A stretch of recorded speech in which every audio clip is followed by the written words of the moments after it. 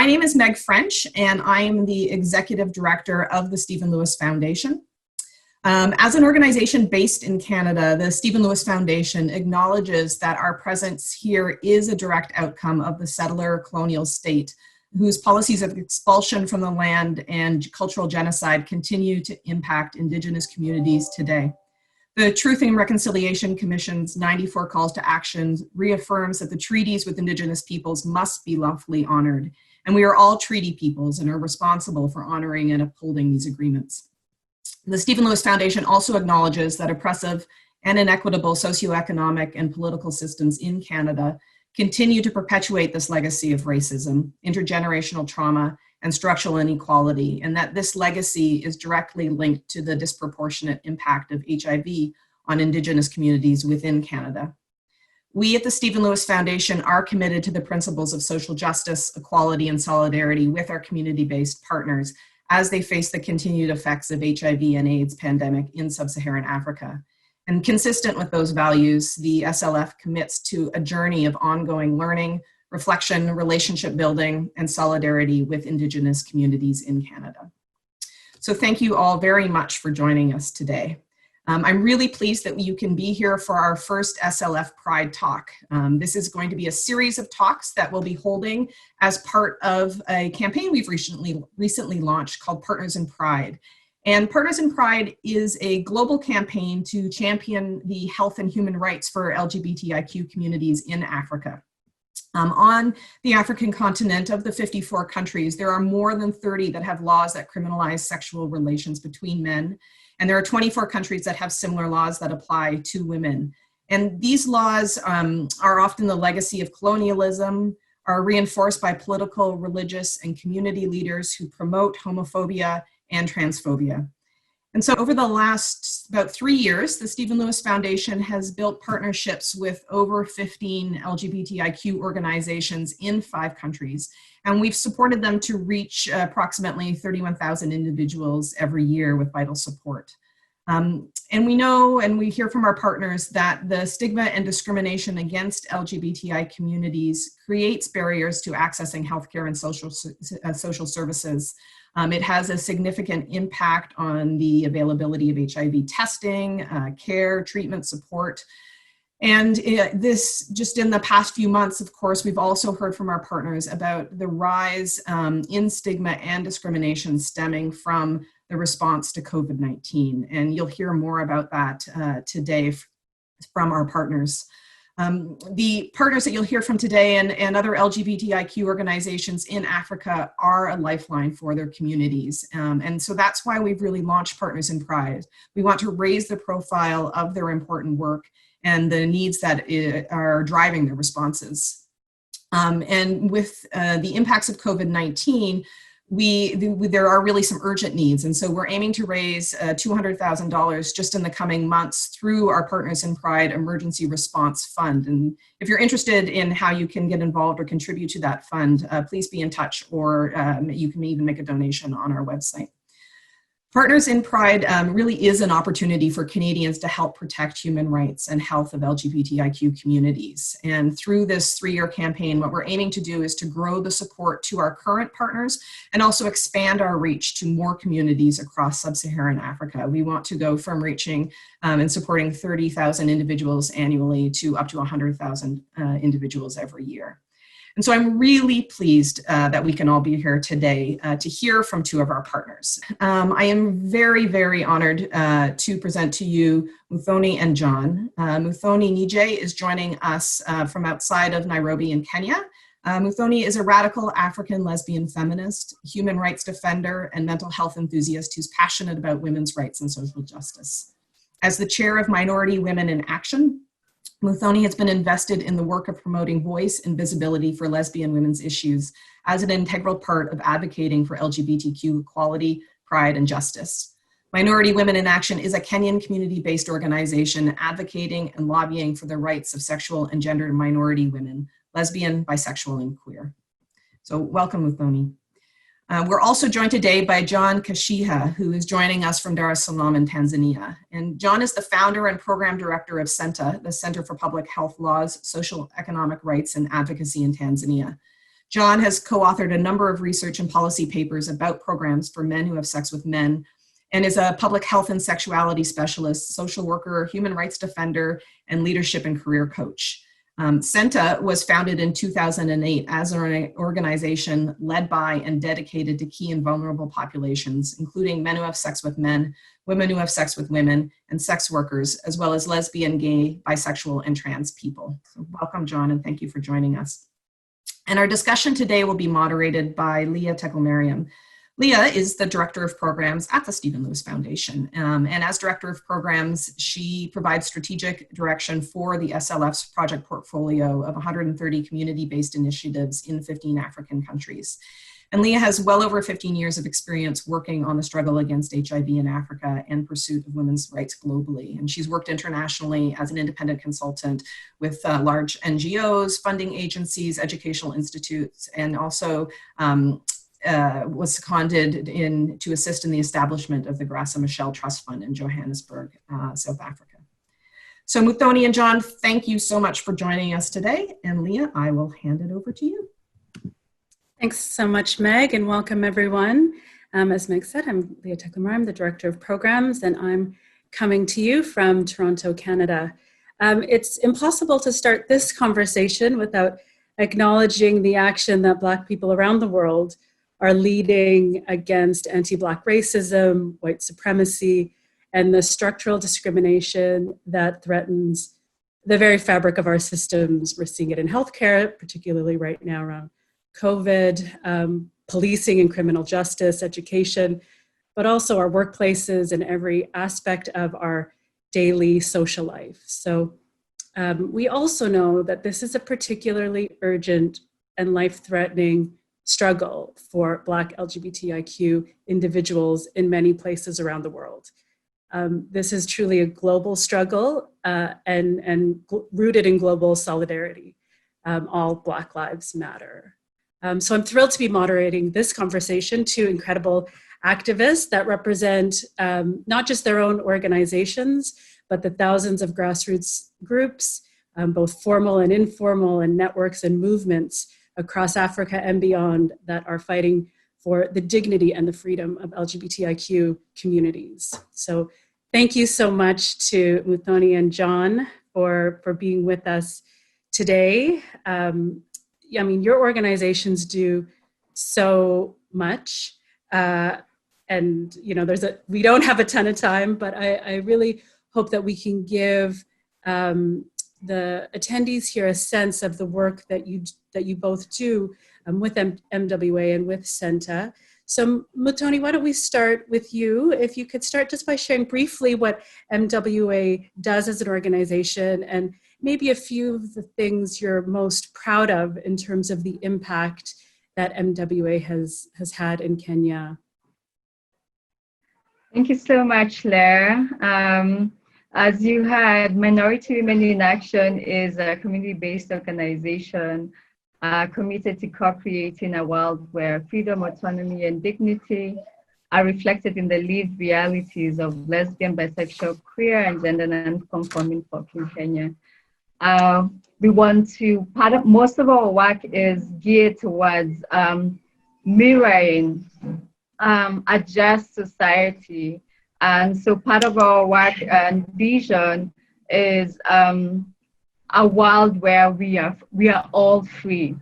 I think the thing I'm really proud of is that the focus of our work is really on strengthening and building the queer women communities so that they are responsive to securing and protecting our futures. We've been able to do that through really centering the voice and visibility around issues that would otherwise remain sidelined or violently repressed. Thank you so much, Muthoni. And John, can you talk a little bit about CENTA's work and some of the impact you're most proud of? Thank you, Lee. Definitely, as my name was mentioned by Maggie, I'm John Kashiha from Tanzania. CENTA is an LGBTIQ population organization which was established in 2008. By now we have 12 years, 2 times deregistered, and several times arrested by the police officers. But what this center does, we do our work in 4 thematic area. One is capacity building and strengthening on leadership, pro-HIV programming, sexual reproductive programming, and good governance. And the second thematic area is health services, health programming services, whereby we do advocacy at the national level and strengthening the health system among the healthcare workers. The third thematic area is advocacy, whereby we do our advocacy to increase the visibility in 3 levels. At the national level, regional level is the African Commission, African Union, and Eastern Africa. And the third level is working on the globally, where we work closely with the Office of High Commission of Peoples and Human Rights at Geneva, but moreover working on several remedies like CEDAW, UPR, and other entities which are more valid and bring more visibility to the LGBTI community in Tanzania. And the last thematic area which we are working with is on documentation of the human right, research, and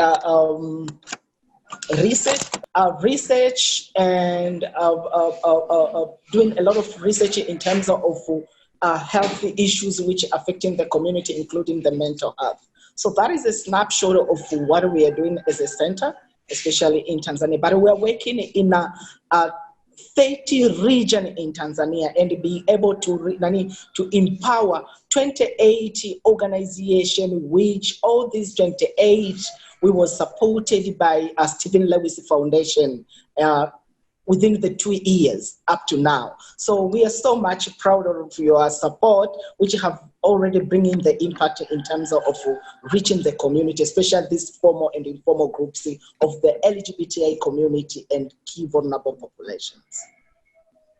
Beautiful, thank you, John. And when you mention the implications of being deregistered and arrested, it brings a different emphasis to what this work really means for you on the front lines and what it means for you to go to work every day. So here in Canada, you know, we have access to the news from North America and Europe, particularly around COVID. But we hear very little in our mainstream media about the context across the African region. I encourage all of the attendees to go and look and research and see how responses vary. I wish we could kind of explore that more deeply today. We simply don't have the time. You know, we know that in Kenya and Tanzania, the responses have been quite different. Kenya has had a formal lockdown, you know, formal social distancing measures, a curfew, testing, quarantine protocols, whereas in Tanzania, there hasn't been the same kind of formal response and a generally kind of less intense approach in terms of the measures being put in place to mitigate the impact of COVID.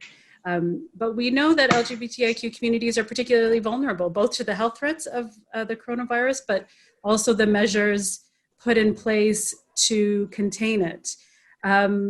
So I wanted to start there in terms of, for both CENTA and for MWA, you know, you've been receiving reports from your community members about the impact of the COVID-19 response on their communities. And I'm wondering if you could just share what you've been hearing, share more about the impact of COVID specifically on the communities with which you work. Muthoni, maybe we could start with you in terms of what reports you've been hearing.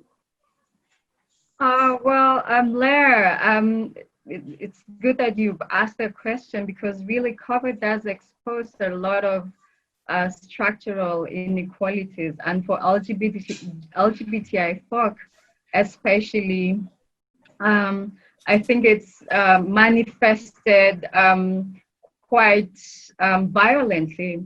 Some of the reports that we have gotten are really sort of structured around the family setting. As you know, Kenya, culturally, we really uphold the family as the smallest social unit. And much of the social exclusion that we see around COVID is happening at the family setting, where there's ostracization of LGBT people. Specifically, we've received several reports of lesbians being ousted from their homes by their family members. Lesbians also been physically assaulted within the family setting. And also, we see a lot of evictions from the community itself through landlords.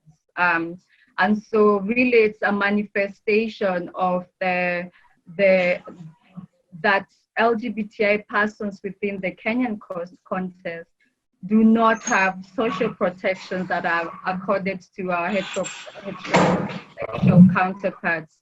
The other thing that we've noticed is that a lot of people are manifesting a lot of mental health issues, negative mental health, anxieties, and I think really it has to do with the discrimination that happens within the community settings.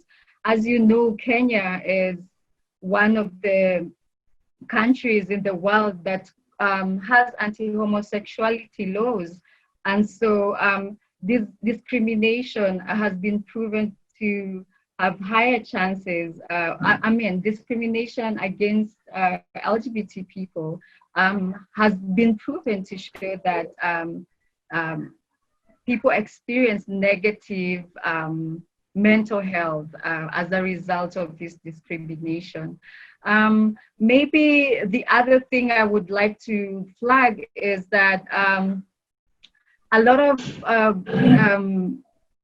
issues that have been brought forward within the communities are also coming from extensive reports of police brutality.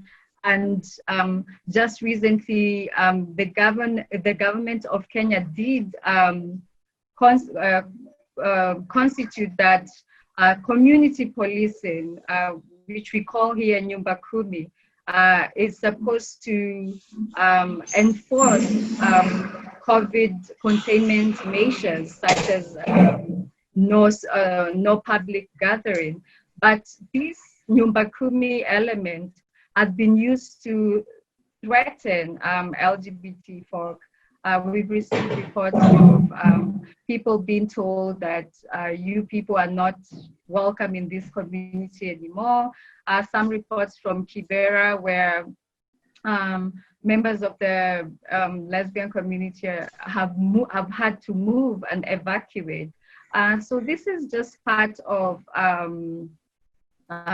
the structural violence that LGBTI people face in Kenya. And so COVID really just only surfaces these issues. Thank you very much, Leah.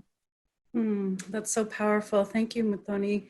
And John, can you shed some light on, you mentioned, working with so many groups across Tanzania, so you have an interesting perspective in terms of the impact and how it has been shaped across the country, across Tanzania. And I'm wondering if you can share what some of the reports that you've been seeing, some of the documentation that you've been doing with some of your groups in terms of the impact of COVID on your communities.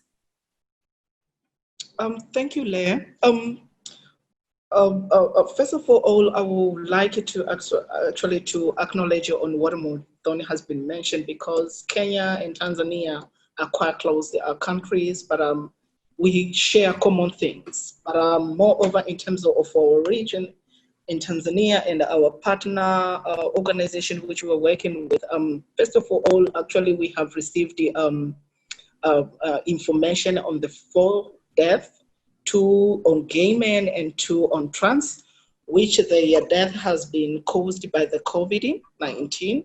And if you, after we dig deeper, it's denial of the access to the health services due to sexual orientation and gender identity based on, that kind of a thing. But moreover, we had a lot of violence, which are actually caused by the community member, police, and sometimes are caused by the political leaders. And one of the major hate speech, which was actually provided in recently from one of the politicians here, is all these, the COVID and the pandemic were brought by the LGBT community that are the one, or that are the cause for having these kind of curse in our region. And that was actually a very a very intensive speech, and it's hurt every community member, and it was actually starting the debate within our regions or within in Tanzania. But moreover, we got a lot of information on how the government took a stance in terms of addressing the pandemic, especially on the LGBTIQ community, and specifically to those who are living with the HIV, which were receiving different information. First of all, the denial, as we understand that the loops between the people living with the HIV and the pandemic are quite obviously or severe in terms of they have very big chances of contaminated of disease. So when the community member, LGBT in general, and the key population actually accessing or feeling any symptoms and trying to reach to the hospitals, they're actually denied of the services due first of all to who they are, but secondly, without understanding on the vulnerability part. For example, the heterosexual are given a long-term ARV, stock out ARVs. But for the community member, are just given for 1 monthly basis ARV. And if we have been trying to dig and to get more insight and information, why the LGBT community and the key population are given a short period ARV stockout, and the LGBTI community and the heterosexual or the general community are given the long-term community. And the response actually is quite very shocking in terms of people are not looking as LGBT as a human being, but rather they're looking as a caste, and I don't know how I could say, but they're looking in a different inhumanity. We call it against the nature. And that's why they say that, okay, you LGBTI, you doesn't have homes. So if you give, we just giving you the long-term ARV, how will you keep them? How will you put them? But we understand you having a lot of shifting from one place to another and so on. So you may feel the discrimination around the health setting is quite very high, especially this time where the COVID has taken a bigger place in terms of addressing. But moreover, LGBTI have been experiencing the mental health, mental wellness, especially on this situation, on this season to compare to before. But moreover, the denial of the access to the health services due of who they are, their sexual expression, their sexual identity, their gender identity is quite very challenging within this kind of the situation. But the violence which has been happening in recent, especially with the police, people and so on, because the community were actually beaten.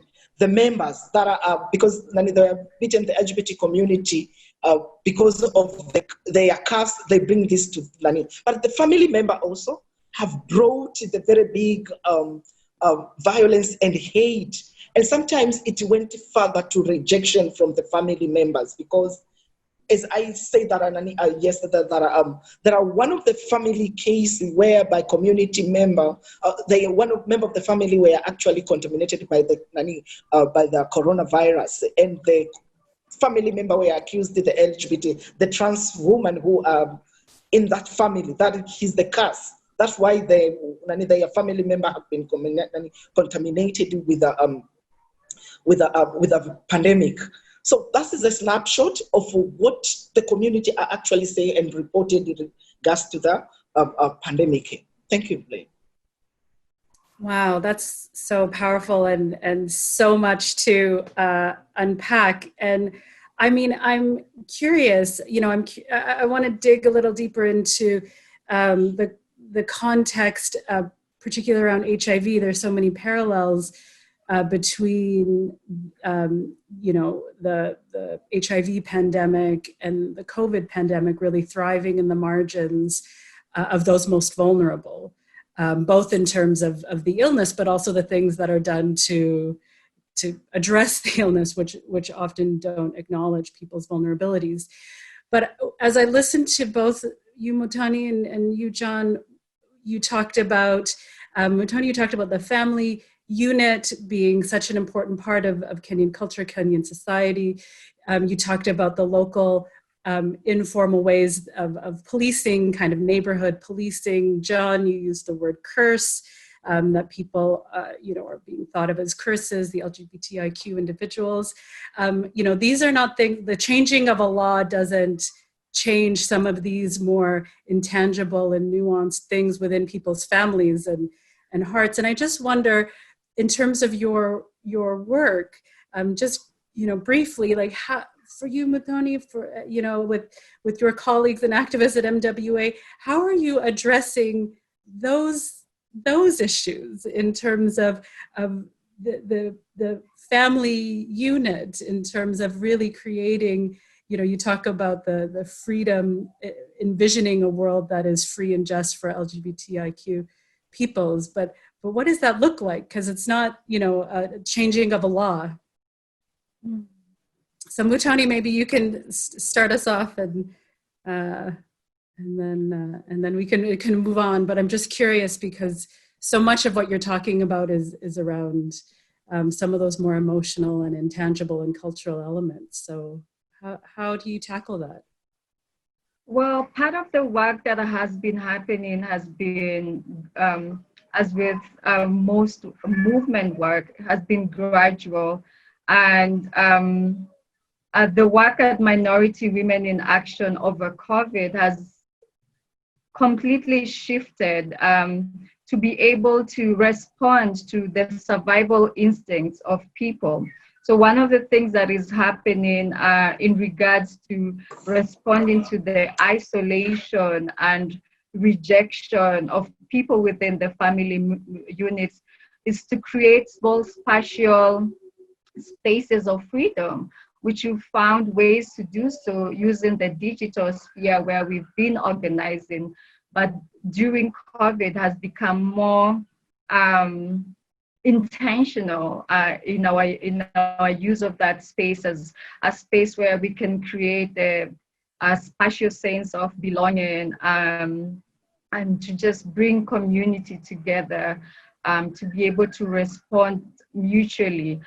People have reached out to us providing food packages, because remember, historically, here in Kenya, LGBT people have always been economically disadvantaged. And so COVID has brought about a lot of food insecurity as well. So we've been able at MOA to respond to that, issues of food insecurity, issues of community members feeling isolated, experiencing physical, sometimes emotional and mental abuse within the family sphere and within the general community as well. And so much of our work has been bringing that constellation of care surrounding our people with that sense of safety. So that's most of our work has been geared towards that at this time.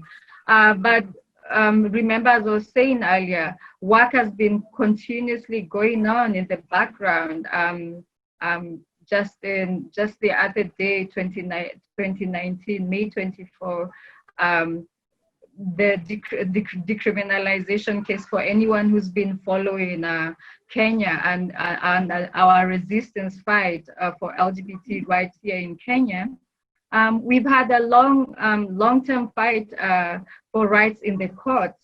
And so that work is still continuously going on. LGBT people are still providing life-giving services as in Tanzania.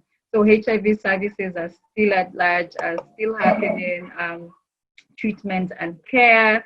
Advocacy projects are still going on because even within the digital spheres where most people are organizing, the experience of homophobia, discrimination, and stigma is still at large. And so all that work is building, building all this constellation of care and adding to the survival instincts of LGBTI people. Thank you, Lara. Thank you, Muthoni. That's beautiful. I love that concept of a constellation of care. John, did you want to add to that from your perspective? Yeah, sure. Definitely. We as Center, actually, we did a couple of intervention around responding to the COVID. And one of it is just about working on the lobbying and advocating for the long stock out among the LGBT community, where they could give in the long time period of the ARVs so that they could not be contaminated when they're accessing to the health centers and accessing to the crowded. As you understand, the African health center settings are very crowded. So one of the things actually we requested, and we still lobbying to having a stock out on ARV for those who are living with the HIV. But the second and John, thing sorry, John, I just want to clarify, just for if some attendees don't know, that ARVs are the treatment, the medication taken by people who are living with HIV, just in case people weren't familiar with what ARVs were. Sorry, continue, I didn't mean to interrupt. Thank you for the explanation. Also, second thing is just providing food for those who are in need, especially who have been terminated from the work. They have not employment at the moment. So we got some funding from the other donors who are very willing to support those kind of the thing in terms of the food and so on. So provided for the LGBT community who are really in need, who are homeless and so on.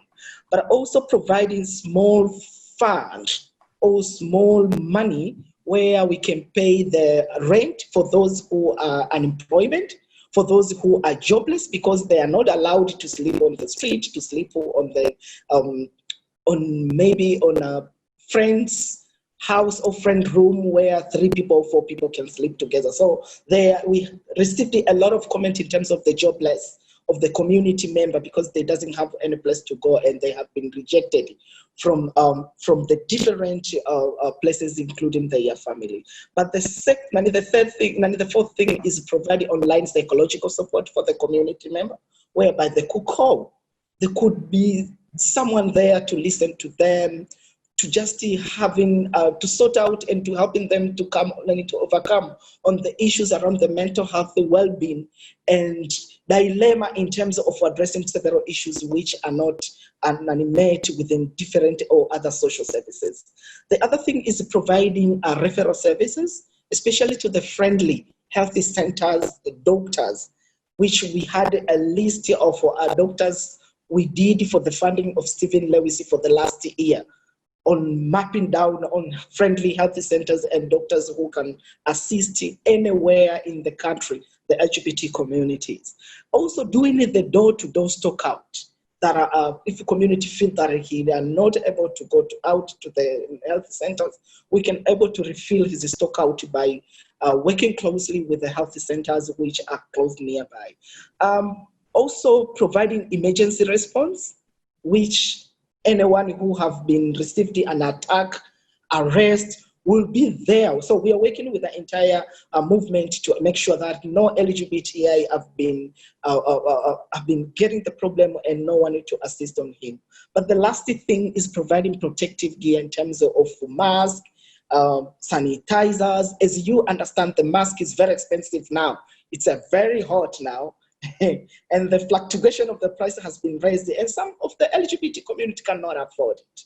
And they can be denied the services because they didn't wear the mask if they access in the social services within the public settings. So providing those sanitizers, masks, where they could be able to reach in different services. Thank you, Leah. Wow, that's so powerful. And what both of you, as both of you are talking, it's clear the role of community-based organizations and how quickly you've been able to respond and how completely and fully you've been able to respond to the needs of the communities, really from a place of care, from a place of love and connection. And so that's it's incredible to see how you've been able to shift in and amongst the other urgent and important activities. As Muthoni was saying, you know, the work continues, the advocacy work continues, so much of the other HIV service work continues, and yet you've found a way to pivot and include and figure out how to support your community in this way, communities in this way. You know, we also know that the LGBTIQ community isn't one community. It's made up of many different groups, many different identities, and it's many movements within a larger umbrella.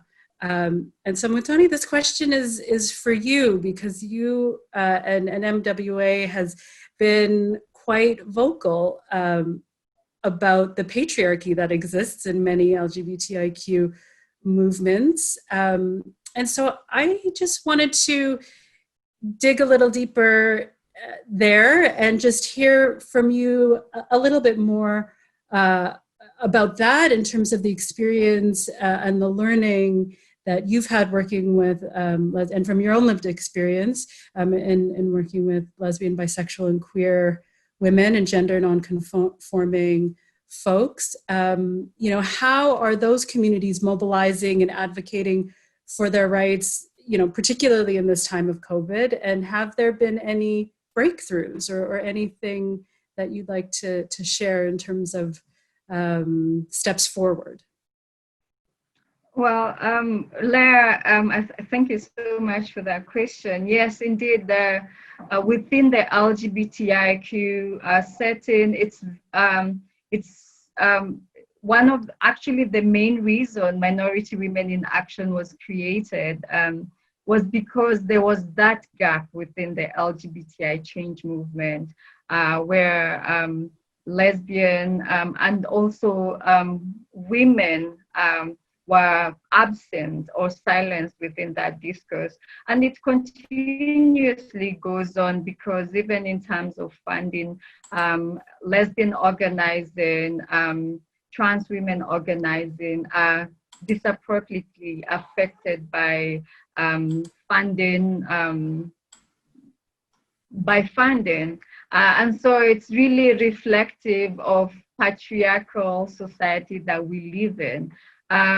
One of the things that COVID has surfaced for us is that really women within the women are obviously disproportionately affected by COVID because they are the ones responsible for sustaining the people, and so we see that now more clearly. And so our work to destabilize the platform patriarchy within this movement itself is very legitimate. and also within society, where already in Kenya, there's so many cases of femicide, so many cases of gender-based violence within this period. And so really it just validates that the work that we are doing is very valid. The work around voice and visibility of women within the LGBTI change movement is very, very important. Brilliant. Thank you so much, Muthoni. In looking at the time, I'd like to go to some questions that we've had from the participants, the attendees, some interesting questions here. So maybe John, you can take this first one, and I'll just read the question that's come in. In a setting that is hostile to LGBTIQ communities, what strategies are there to support awareness raising and conversations around gender identity and sexual orientation? How does one begin having these conversations with partners or community members in the region? Oh, thank you, Lee, for that very important question. Definitely, as you understand that Tanzania, homosexuality is quite illegal, and life imprisonment for the lesbian is 30 years in prison. And it's quite very challenging, especially on working on this kind of hostility environment. But however, we have this kind of hostility environment, but people need to live. People need to enjoy life. People need to survive, and people need to access it to the health services. So among of our strategy is just putting the community member at the center of solving the problem. Community could come up with a very tangible on how things could be addressed, how things could be actually addressed in a way it doesn't harm them, but moreover people could be able to listen. That is number one. But number two is having dialogue with the system, with the authorities, where they could be able to listen to the stories, to hear the voices, but moreover to understand on the magnitude the LGBT community are actually experiencing. Sometimes we've forgotten as we LGBTI that are, we took that every community understand who we are, but mostly they doesn't. And even sometimes we as ourselves, we doesn't know ourselves much better. So how comes the community understanding who we are? So we took time to share more stories, to share what impacted on our lives, but moreover, taking the dialogue and taking the community to the center of the conversation, where the issue around the same sex is not an issue, but took as a human being, took as people, took as a citizen, took as other equal community member on the conversation. But telling the story works a lot. We have been used for so many years and we feel it's much working. However, we understand on the political dimension, we have experienced in recently 5 years around the new administration, but we still have the hope that things will work better. And we are there to keep things pushing and moving. Apart, we understand sometimes we experience a lot of radical arrests. We have been arrested almost like 7 times, but we're not tired till it's been done, till it has been worked very well and our community are living and enjoy the full life of the center, of the services which other people can get. So storytelling is more convenience and very influencing. But the second thing, put the community member the center of the conversation where they could have different addressing and identify allies and members who are actually very supportive on the LGBTIQ, but moreover, engaging other peoples who are not understanding and make sure that they be able to understand by helping them to understand by sharing their stories and so on. Thank you, Lee. Wow, that's beautiful, and just reinforces how, so critical to your success has been putting the community at the center and putting people and individuals at the center. Muthoni, do you have anything to add to that? I think it's such an important it's topic. Very important what John has said. Yeah, it's very important. I'm so grateful that he said that, because much of our work that we do at Minority Women in Action is targeting oppression at the places where it comes alive. So really doing the work at the personal level, encouraging people to know their human rights, encouraging LGBT communities to know their rights and to know that that they have human rights, so that they are able to negotiate for a better living condition within Kenya. Another thing is what he's also say, attack oppression at the structural and systematic level. So all these things like police brutality, the issue of food, the fragility of systems like water, food, sanitation, transport are not issues that we are alienated from. They are issues that we face in our everyday lives. And so much of our work that we do at Minority Women in Action is attacking the oppression at those levels as well.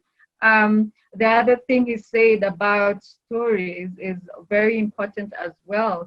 Much of the discourses that monopolize issues of LGBT persons in Kenya are around morality.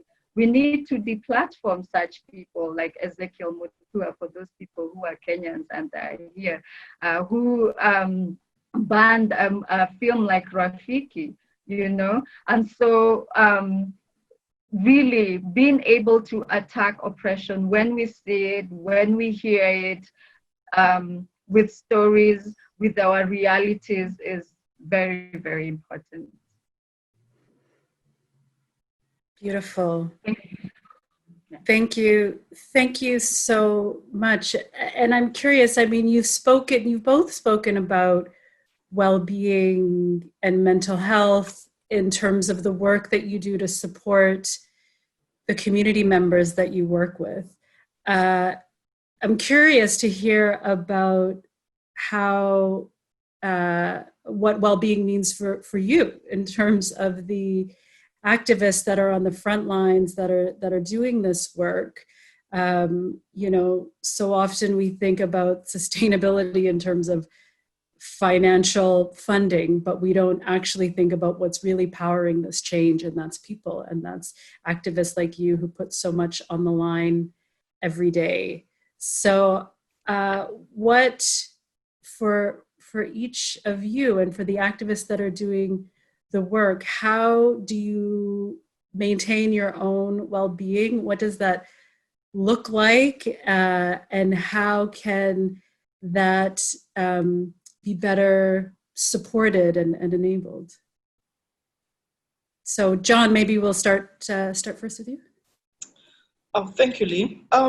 Definitely, it's a hard moment where we as activists experience a rights moment. And I could share the stories around the surviving of the LGBTI community. Donors has terminated some sort of activities due to the pandemic. And you can't use the funding. You can't do the activities because you've been paid for what you have worked for. And there are a lot of limitations. No redirection of the funding. Even if the direction of the fund, it be channeled to the specific. But moreover, the cost of living have been increased due to the COVID, because no exportation, no importation, no any kind of the movement around from one region maybe to another due to the COVID. So the fluctuation of the price has been increased 2 times. And we have a very limited budget which we have been given a restriction in terms of not using at this moment because you can't do anything. So where do these activists get paid for their life? They have been championed to stay at the forefront, at the center of the conversation, to make sure the community member are served, the community member are actually being, their well-being are inconvenienced. But the other part, no one is looking to the activist. And it's really frustrated to the activist whereby they actually end in drinking, alcohol abuse, because their life have been left in dilemma in terms of their surviving. So most of them are thinking about the community, but don't think about the activists who have been championed. And I think this is something people to need to discuss. The activists in Europe, in America, in Canada, are totally, completely different in Africa. The activists there can have other social services, social funding, but I'm just thinking about the African, who doesn't have even the social security fund. When these kind of the images are happening, the funding which have been provided with the donors is so scattered, just to get paid and not making sure that your life is sustainable. You still keeping moving, supporting the community, still making your health and mental health a well-being are not existing. So this kind of the restriction, I think people need to restructure and to look at it twice and thinking about those who serve in the community, who have been there for the community, who have been, it's looking a little bit scared because I'm the social worker or psychologist. I don't know what will be happening for my future tomorrow or my family, but I have to assist members who have a lot on their mind. Will I be actually doing the right services? The answer is no, because you have not well mental and you still community need your service. So I think this is the only other way on how to fundraising on issues around the mental health and the well-being of the activists who are actually being centered of servicing, who are actually centered of making sure community are well and safe, but moreover, they actually needing you. They actually need everybody to support in them. So that's the snapshot. Thank you, John. And Muthoni, how do you stay well? Yeah, What does well-being mean? John has really been able to break that apart. But I think of prominence is to ask the people in this webinar to imagine if already LGBT people are already caricatured as a scourge. Imagine for LGBT activists who are usually mostly out and open about their sexuality.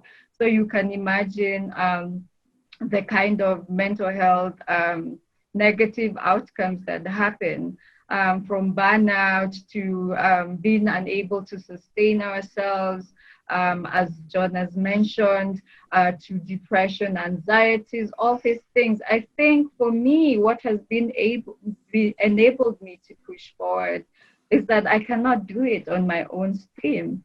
I need the collective to support me. And I think I'm very grateful for my team at Minority Women in Action, because we've sort of created that collective survival instinct for us as activists. Because really, if you've listened to John, you can hear that the work itself does not support you, in that you do not have the cushioning needed to move for a long haul. So really, I think for me, it's really the collective strength of my team at Minority Women in Action, and just being very intentional about maintaining myself for freedom work, which goes on for a long haul. Thank you, Leah. Yeah, thank you, Muthoni. And that's transition. I'm looking at the time, and it has an hour has already 56 minutes has already gone by. It's gone by so quickly, and you know, it's reminding me, Muthoni, hearing you talk, and John also, you know, the intensity of which, you know, these issues are really life and death for those on the front line. We're also sadly living in the world that for many Black people around the world, joy is a radical act, is a radical act of resistance. So when we think of what keeps you going in this work and what brings you hope for the future, you know, as much as we think of that hope as a political action, as much as an emotional one, John, maybe we'll start with you. What brings you hope? What keeps you going? Thank you for that good question. It's very rare to be asked for that question. Okay, definitely that's keeping me moving, or that's keeping us moving, is whereby we see the community are smiling. They are smiling. It gives us an indication or the sign that things is getting better, no matter of how hard it is. But we can make the impact and people appreciate it. As I have mentioned earlier, that at the beginning we didn't be able to reach the 25 regions. After your support of reaching 25 regions all over Tanzania, within 30 regions, within 28 organizations, formal and informal, that inspires a lot. That there are people who can listen, who can hear, who can contribute. How, no matter it's not much, but a little they have. I really appreciate the people of Canada, just people putting their single cent for this programming, for the community in Africa, for the people in Tanzania, for the LGBT community in Tanzania, where they could be able to surviving, they could be able to smiling, but able to access some different services which cannot be done in the entirely. So we really appreciate, and that's give us a smiling and moving forward. But the second thing is just seeing the impact of the little we invested, the little we have, the little we shared. Beautiful, John. Thank you so much. Muthoni? Yes, I think it's important to know that, I mean, this work has been going on, the LGBT resistance work has been going on for decades. And it's beautiful that we've started this conversation within Pride, which started a long time ago with Stonewall. But, and so for me, what gives me hope is those ancestral dreams, that there were people before me who were doing this work, and that gives me hope and joy. It suddenly gives me the opportunity to be happy outside my reality of marginality, that there's all these people who've been, who worked before me, who walked before me, who had joy before me, who lived before me. And so in my waking life, every day I imagine that I am free, and that gives me hope. Thank you, Leah. Wow, thank you, Muthoni. What a powerful way to close. So I just want to thank you both, and you know, you certainly left me thinking about you know, what is all of our responsibilities, what does real solidarity look like, how we continue to center your voices and the voices of those who are doing the work, and really you know, challenging so many of the structures that are presenting such barriers. So we all have legacies given that we're carrying from the past, from those ancestors, as you talked about, Muthoni. So let us all seek to do justice to those legacies in the future. So thank you so much, John and Muthoni. And Meg, I'll hand it over to you to close.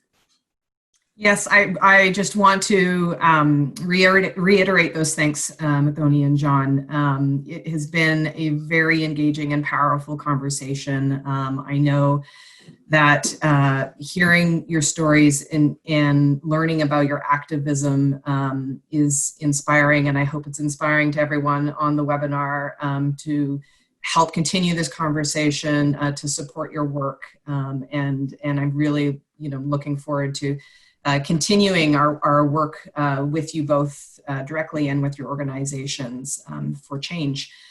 So I want to thank everyone also who has joined us for this webinar. And if you want to learn more about Partners in Pride, or if you want to take part in future SLF Pride Talks, because these talks will continue, please make sure that you are signed up on our website, StephenLewisFoundation.org. And I hope you consider, after having listened today, I hope you consider supporting Partners in Pride, and particularly our Emergency Response Fund. Your support and your solidarity will allow our LGBTIQ partners like Center, like Minority Women in Action, to reach more people, particularly during this time of COVID, making sure that they have access to vital health care, that they have support for prevention and treatment of HIV, legal services, economic support, and more. And I'm really grateful for those of you who have joined us today, for your solidarity and your commitment to our community-based partners. And they, we've heard today just how tirelessly they are working to protect the human rights of LGBTIQ communities and to turn the tide on HIV and AIDS, even in the midst of COVID-19. So thank you again, John. Thank you again, Muthoni. Thank you, Leah, for facilitating the conversation. And I really look forward to everyone joining us again. And I wish you all a lovely day.